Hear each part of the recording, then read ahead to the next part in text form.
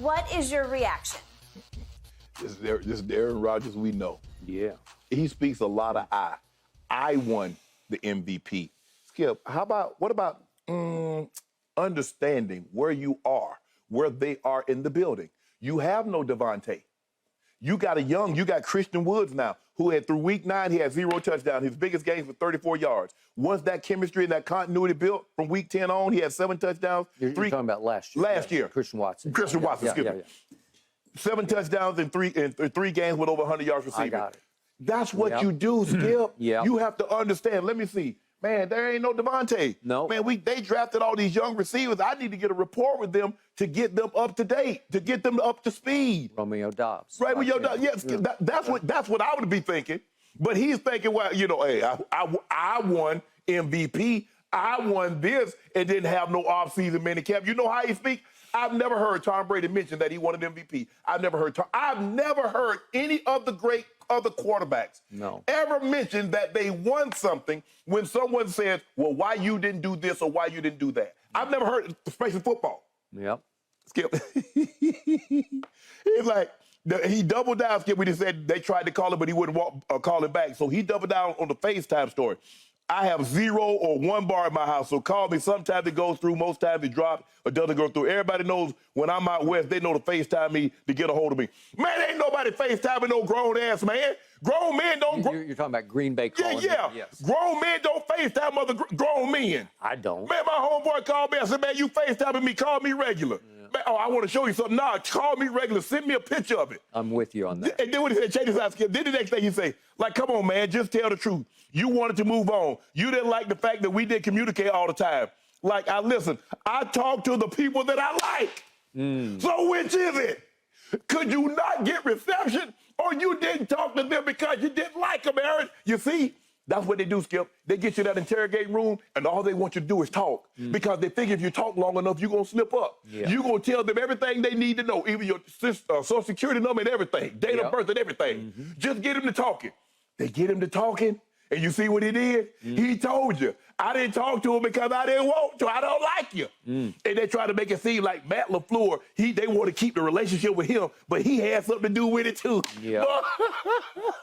Thank you. Go ahead, Skip. Better than Aaron Rodgers, boy, he full of it. Boy, I'm talking about when I say he full of it, I'm talking about to the rim, and I ain't talking about with brim. He full of it. Full of it. So, you might recall, 24 hours ago, we did an Aaron Rodgers topic, and I started off, this guy's a piece of, I was going to say, work, and you said, oh, you thought I was going to say, you know what? Yeah. Because that's what Packer Nation decided he actually was. Yes. This is vintage. This is classic. This is impossibly wrong Aaron Rodgers. This is Aaron bleeping Rodgers for the wrong reasons that basically played his way right out of Packer Nation's heart. Because once upon a time, long ago in a galaxy far, far away, he did win that one Super Bowl as a road wildcard team. They went on the road 3 times and got to Jerry World to play a Super Bowl. And to his credit, thanks to our Greg Jennings, caught the big post-route touchdown pass, broke it open.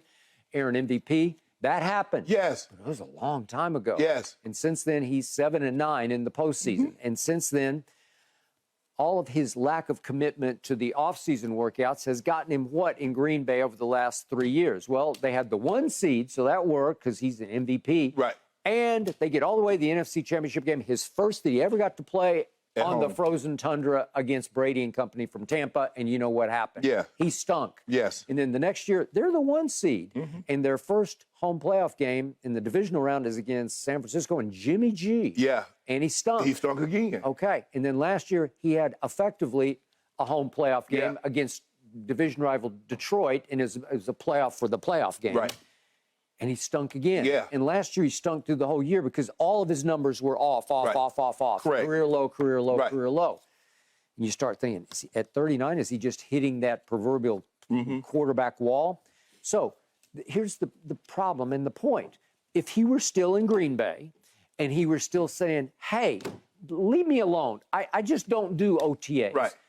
You at least could say, yeah, because he already kind of knows Christian Watson, and he kind of knows Romeo Dobbs. Yes. At least he played a season with them. Yes, correct. It's all new. All new. And he leaves that part out here. The whole point, the reason he's getting criticized is Garrett Wilson was the offensive rookie of the year. Correct. Well, do you really know him? Do you have rapport with him? No. Do you have some wavelength with him? No, you don't. And you look at, Skip, all the other times you had, look what you had. You had Jordy Nelson. Yep. You had Greg Jennings. Yep. You had Donald Driver. Yeah. You had all of those. You had Randall Cobb, guys that you had been working with for an extended period Sure, of time. I got it. Now you got a new class that came in last year with the Christian Watsons and the Romeo Dobbs. Yep. Those guys you didn't have a rapport with like that. Wouldn't you think you would want to build a rapport? You go to New York. What you did in Green Bay doesn't matter. You did not win one MVP. You hadn't won one Super Bowl. That's what I loved about Tom. Listen to him talk when he said he went to Tampa. He said, what I did in New England has no bearing on what I do here. Agreed. I did that there. I need to do that here. And to Skip, again, you see, he tried to be correct. There's been no communication. He never said they didn't try to reach out. There's just no communication. So he has plausible deniability because there's been no communication. No. That didn't mean that the Green Bay Packers weren't trying to communicate. That just means you and I didn't talk. Okay. So now he said, well, everybody knows. What the hell you living at? In a cave? Are you in a cave? So I get 1 bar, I get 2 bars. Everybody knows. Well, hell, if you only get 1 bar with regular reception, how the hell you get FaceTime? FaceTime goes on more internet than regular calls. So. Yeah. But then you gonna talk about a grown man going to. You're saying FaceTime requires more juice. Yes. Yeah, right. Okay. So if you only got 1 bar to 0 bars with a regular service, how are you gonna get FaceTime? And what grown man FaceTime with another grown man? I ain't trying to see you like that. No. Your big old face pop up in my screen. Nah, I can just call you. Hey, bro, what's up? Hey, what you doing today? Hey, man, wait, man, you crazy, man. Y'all, you crazy. Come on, Aaron. Well, you contradict yourself every single time. At first, it was plausible deniability because they reached out. You didn't. We didn't talk. Didn't mean they didn't call. Now they tried to call you. Say, well, everybody know to FaceTime me. Man, you need to miss me with all of this, man. Okay. So yesterday, I scoffed out. I doubted the fact that they're trying to convince us he has a quote unquote calf injury. And I said, I am skeptical that he has a calf injury. I think they're just saying that because He's just not showing up to OTAs, huh? All right. Isn't this an admission that I'm fine? Because he's just saying, I don't do OTAs. Right. I'll go out there, he'll ride the exercise bike or whatever he does a little bit, but I don't want to participate. He says, when I'm in, I'm all in when the season starts. Right.